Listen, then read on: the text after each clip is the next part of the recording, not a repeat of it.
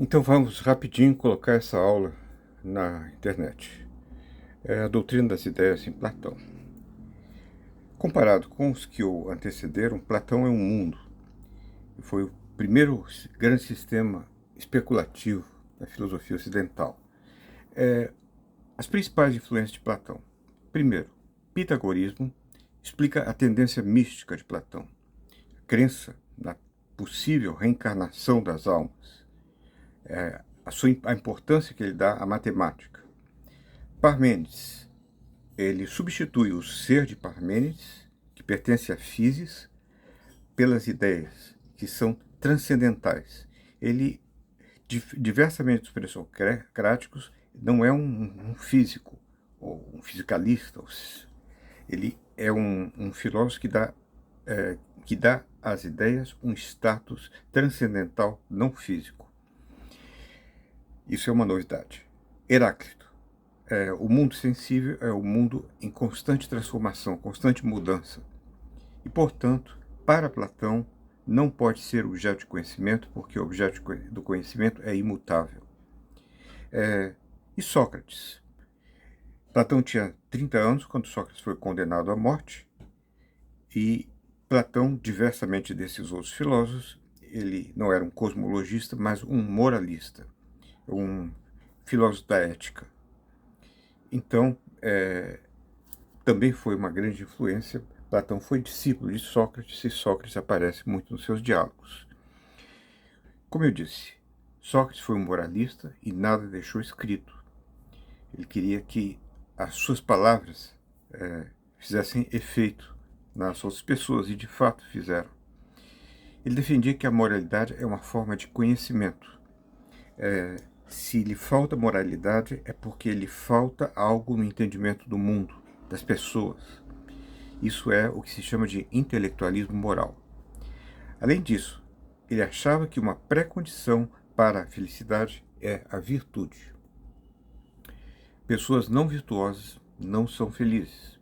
Pensem em Ivan o Terrível. Ele matou o próprio filho,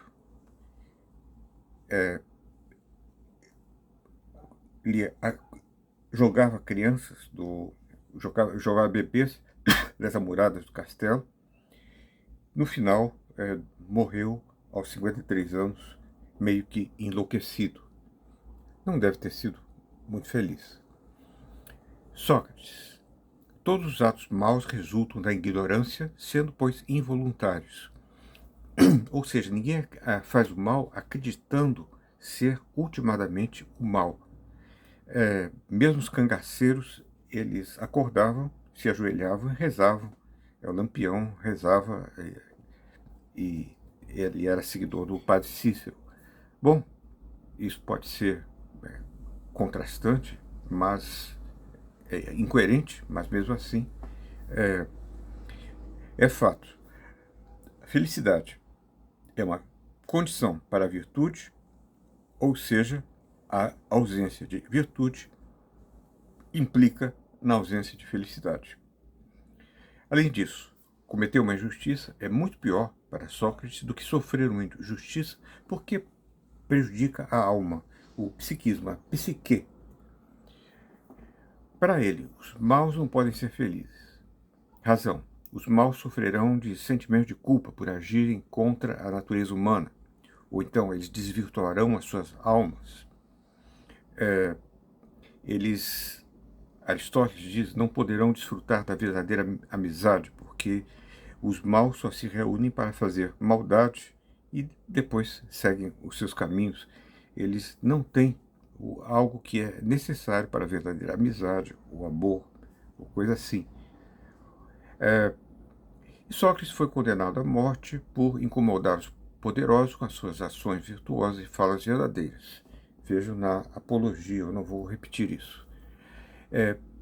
Em sua filosofia moral, Platão é mais ou menos a mesma coisa que Sócrates. Nós podemos nos perguntar, e o caso do psicopata? O psicopata não tem sentimento de culpa, mas, segundo Kretschmer, o psicopata é uma pessoa que sofre e faz sofrer. Portanto, ele sofre e não deve ser feliz. mesmo que o seu sofrimento não seja causado pela culpa.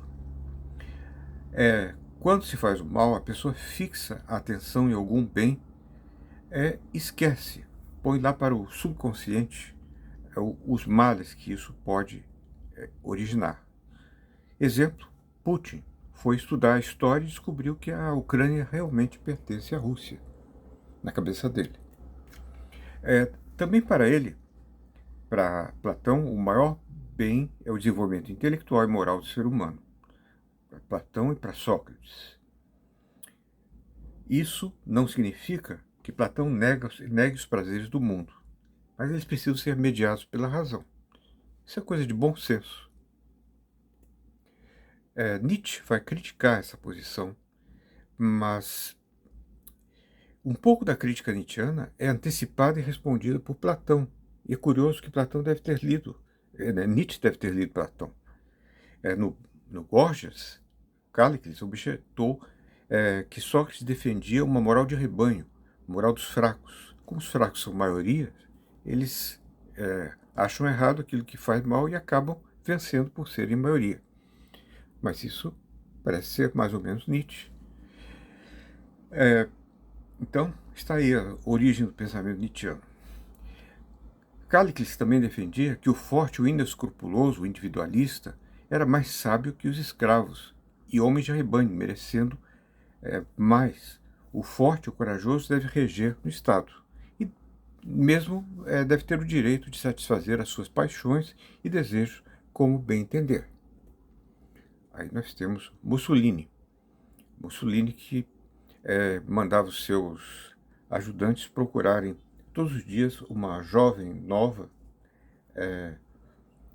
que o admirasse, bonita, que fosse até o seu palácio, de modo que ele tivesse relações com ela. Tinha que ser uma coisa muito rápida, mas elas saíam honradas, porque afinal de contas um grande homem como Mussolini tinha o direito, e além disso ele tinha muita coisa que fazer para perder tempo com coisas menores. Sócrates replica a Cállicles, ironicamente, que esse rei de Cállicles deve ser como um barril furado ou como um pássaro pescador e não um ser humano. Mas não há uma explicação maior. Agora vamos à doutrina das ideias de Platão. É o centro radial de toda a sua filosofia e serve como explicação para uma porção de outras coisas. Sempre que você tem uma pluralidade de indivíduos com um nome comum, esse nome corresponde a uma ideia ou forma. Ideia e forma significam a mesma coisa. Ou universal. A noção de universal tinha sido introduzida por Sócrates. E os diálogos socráticos têm sempre a fórmula, o que é X. E no lugar de X temos um termo geral referindo-se a algo que é central no nosso entendimento do mundo. Por exemplo, o que é o conhecimento, o que é verdade, o que é a justiça, o que é o bem, o que é o belo, o que é a amizade, o que é a coragem, etc. O que é X? Essa é a forma dos diálogos socráticos. Um exemplo simples para evidenciar as razões de Platão de algo em comum. Considerem essas três figuras. São triângulos, mas são diferentes. Ora, como é que você pode uni-las? Através da ideia de triangularidade. Essa ideia não é visível. Ela pode ser definida, pensa Platão. Polígono com 3 lados. Essa é a definição de triângulo. Mas o polígono com 3 lados não é uma coisa visível, a ideia de polígono com 3 lados. Outro exemplo, a ideia da beleza. Você tem muitas coisas belas, mais ou menos belas, mas você precisa de um paradigma, de um modelo de beleza, que será a ideia do belo em si mesmo. Note-se que, para Platão, a ideia não é um conceito na mente, uma coisa que ocorre na mente, como eu acabei de ter uma ideia. É apenas uma ideia, não tem nada de real. A ideia que eu estou tendo. Ora, isso ocorre no espaço e no tempo, mas as ideias platônicas são atemporais, não são espaciais. Então, além disso, as ideias são objetivas, enquanto que as ideias platônicas são objetivas, enquanto a ideia, no sentido usual da palavra, é alguma coisa subjetiva, psicológica. Então, Platão, ao falar da ideia, está falando da referência objetiva de nossos conceitos universais. Essencial que, para Platão, há um mundo inteligível, que é o mundo das ideias, e há um outro mundo, que é o mundo visível, das coisas sensíveis, o mundo físico. O mundo inteligível das ideias não é espaço-temporal. É o reino das generalidades invariáveis, na frase sofisticada de Bourdieu. O reino das generalidades invariáveis é o reino das ideias. E esses domínios são paralelos. Uma maneira grosseira de diferenciar Platão de Aristóteles é que, se o mundo visível desaparecer, para Platão o mundo inteligível continua existindo. Se o mundo visível desaparecer em Aristóteles, o mundo inteligível também desaparece com ele, porque os dois estão como que grudados. Para Platão, só o primeiro mundo, o mundo inteligível, é verdadeiramente real. O mundo visível só é real na medida que contém cópias imperfeitas das ideias.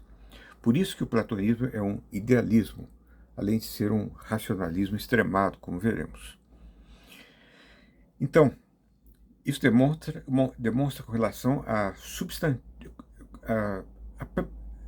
predicados. Você tem predicado como Maria Bonita. É bonita é um predicado. É um predicado que diz respeito à beleza. Mas a maneira pela qual Platão tem de fazer com que é bonito se refira a um objeto que é a ideia é substantivá-lo, torná-lo sujeito da frase, como, por exemplo, em o belo é agradável. É o belo em si mesmo. E o belo aqui, como sujeito, se refere à ideia da beleza pura. Para evidenciar isso, Platão usa em grego expressões como o x em si mesmo, o belo em si mesmo, o bem em si mesmo, o justo em si mesmo, a xidade, o que x é, aquela coisa própria que é x, segundo Quene. Platão diz dessa maneira, ele explica por que nós podemos dizer um de muitos. Por exemplo, é sábio. Sábio é Descartes, Platão e Parmênides. Então você pode, de muitos, dizer uma coisa, que é predicar a sabedoria. Outras características das ideias são universais, são únicas. Você só tem uma ideia de beleza, do belo em si mesmo, ou do bem em si mesmo, da justiça em si mesmo, e tem a função de dizer o mesmo de muitos, por meio de duas metáforas usadas por Platão, a participação, a metexis, ou a cópia, ou mimesis. E elas subsistem em um mundo objetivo, transcendental, fora da mente. Também são realidade essencial, pura, essências incorpóreas, imateriais, sublimes, imutáveis, perfeitas, absolutas, fora do espaço do tempo, substância da realidade, e são passíveis de definição. Isso é importante porque a filosofia analítica faz análise de conceitos e essa análise é algo muito similar à definição platônica. Então, nós continuamos aquilo que foi iniciado por um filósofo como Platão e percorreu toda a filosofia, a análise conceitual. Apenas que o uso de instrumentos lógicos, etc., mais precisos, por vezes. Além disso, as ideias são autopredicativas. O bem em si mesmo é absolutamente bom. A justiça, a ideia da justiça é absolutamente justa. Isso traz problemas, como, por exemplo, quando eu digo que o grande é grande, tem que ser maior do que tudo, mas não consideraremos isso agora. Platão acreditava numa hierarquia de ideias, acima de tudo, a ideia do bem, que como o sol ilumina todos os outros objetos do conhecimento, ideias que ele considera e analisa como justiça, beleza, virtude, conhecimento. Depois vem, já que são termos gerais, semelhança, muitos, grande, ok? Ou coisas que ele já não gosta muito, como homem, cama, água, fogo, e coisas que ele detesta, no Parmênides, como cabelo, lama e sujeira. Aí não quer que entre no mundo das ideias, mas a sua lógica exigiria que cabelo, lama e sujeira pertencessem ao mundo das ideias. Finalmente, os particulares, as coisas. Com isso ele tenta explicar a predicação. Sócrates é justo porque nós temos a capacidade de perceber a unidade da pluralidade. É uma forma de uma espécie de síntese. E esse é o grande lastron da doutrina das ideias. Outra aplicação da doutrina das ideias. Teteto está sentado, isso é verdadeiro. Ora, verdadeiro por quê? Eu tenho uma simploquê, eu tenho uma combinação de ideias de teteto, estar sentado, e ela corresponde à mímese, à cópia imperfeita no mundo físico que é de teteto sentado. Essa correspondência é que dá a verdade. Aí está a origem da teoria da verdade como correspondência. Mas quando eu digo teteto está voando, teteto não voa. Isso é falso. Agora, não deveria fazer sentido se não fossem as ideias, porque eu estou falando de uma combinação de ideias que não corresponde a nada no mundo. Isso é que dá sentido à frase teteto está voando. Eu posso imaginar teteto voando. Posso conceber isso. Diferentemente da Bíblia, o mundo não foi criado. O mundo das ideias sempre existiu e o mundo sensível sempre existiu. Mas sempre existiu como um caos primevo incognoscível. Ambos existiam em paralelo, mas aí há a criação entre aspas, porque nós temos aqui o mundo caótico, sensível, o mundo empírico, e aqui o mundo das ideias. E haverá um intermediário que será um Deus, chamado por Platão de Demiurgo.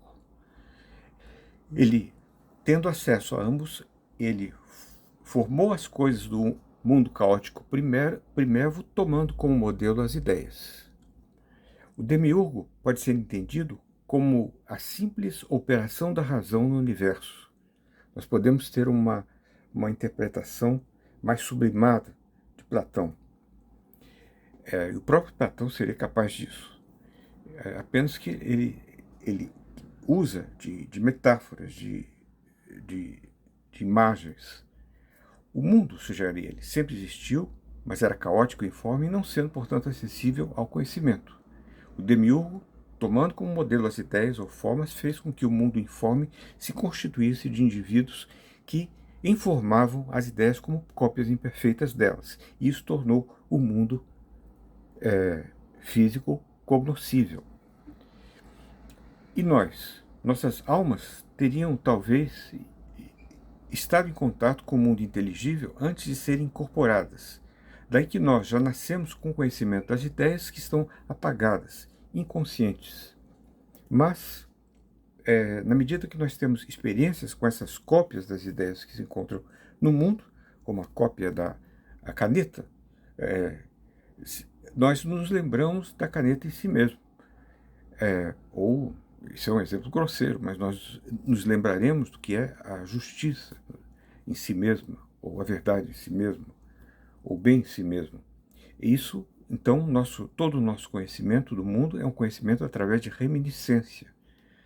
E essa ideia de que nós já nascemos com a disposição para ter um conhecimento inato do mundo é típica do racionalismo. No dizer kantiano, o conhecimento é a priori.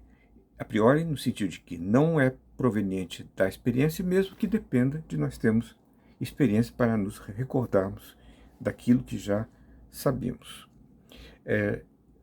Oposto a isso é o empirismo. Para o empirista, todo conhecimento é proveniente da experiência. Mas o racionalismo tem alguma coisa que, em qualquer circunstância, é difícil rejeitar. Por exemplo, a lei da identidade, uma coisa idêntica a si mesmo, ou a lei da não contradição, Uma coisa não pode ser e não ser ao mesmo tempo sob o mesmo aspecto. De onde vem essa reminiscência ou recordação? Ora, como eu disse, nós recordamos das ideias com as quais tivemos contato na região que não é região, que é a região supraceleste. Ou talvez em outras vidas, em outras encarnações. Platão não leva muita fé nessas tentativas de explicar aquilo para o que ele não tem uma explicação científica. Nós somos, em outra metáfora aí, como o caramujo carregando a casca, a alma carregando o corpo.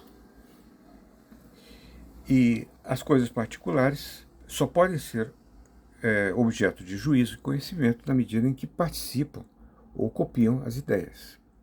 O sensível particular, enquanto tal, como eu disse antes, ele é indefinível, incognoscível. Essa é a matéria que não é verdadeiramente real.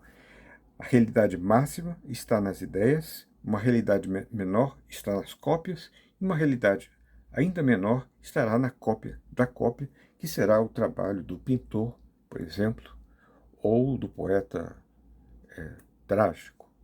Ele não gostava muito dessas pessoas. Então, a realidade deriva apenas da participação ou cópia da ideia. Bibliografia.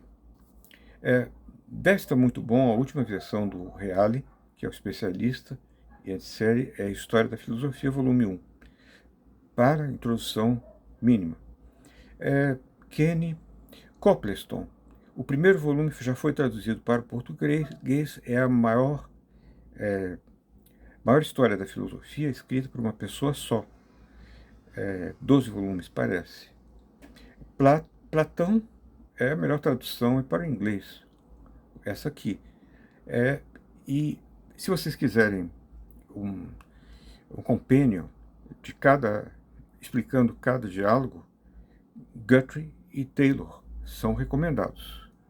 Mesmo que sejam antigos, são interpretações clássicas que não se encontram, não aparecem a cada ano. Vou parar por aqui.